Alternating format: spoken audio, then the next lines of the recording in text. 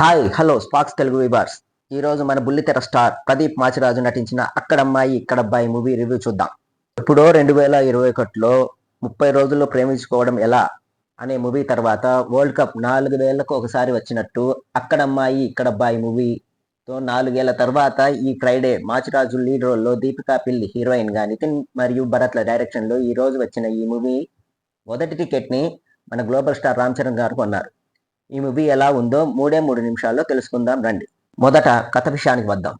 మన మాచిరాజ్ బాబు అండ్ సత్య కలిసి ఒక ప్రాజెక్ట్ పని మీద ఒక గ్రామానికి సివిల్ ఇంజనీర్గా అక్కడికి వస్తారు.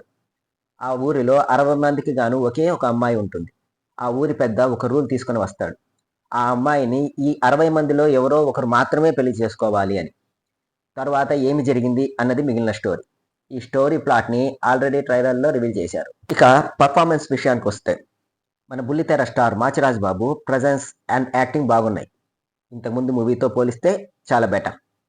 ఇక హీరోయిన్ మన తెలుగు అమ్మాయి పిల్లి Deepika performance also good. Main pillars ఈ మూవీకి సత్య అండ్ గెటప్ సీను. వీళ్ళ కామెడీ హిల్లారియస్గా ఉంటుంది.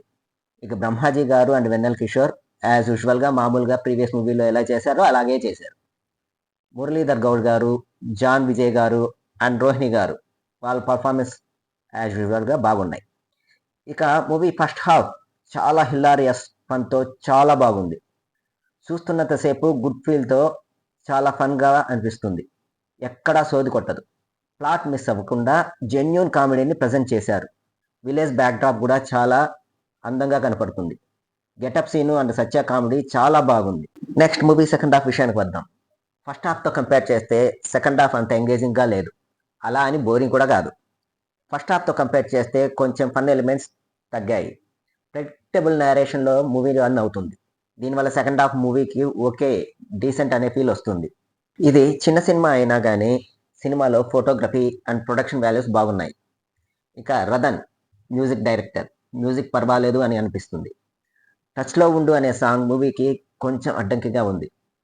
పాటను తీసేస్తే ఇంకొంచెం బాగుండేది. విలేజ్ బ్యాక్డ్రాప్ చాలా బాగుంది.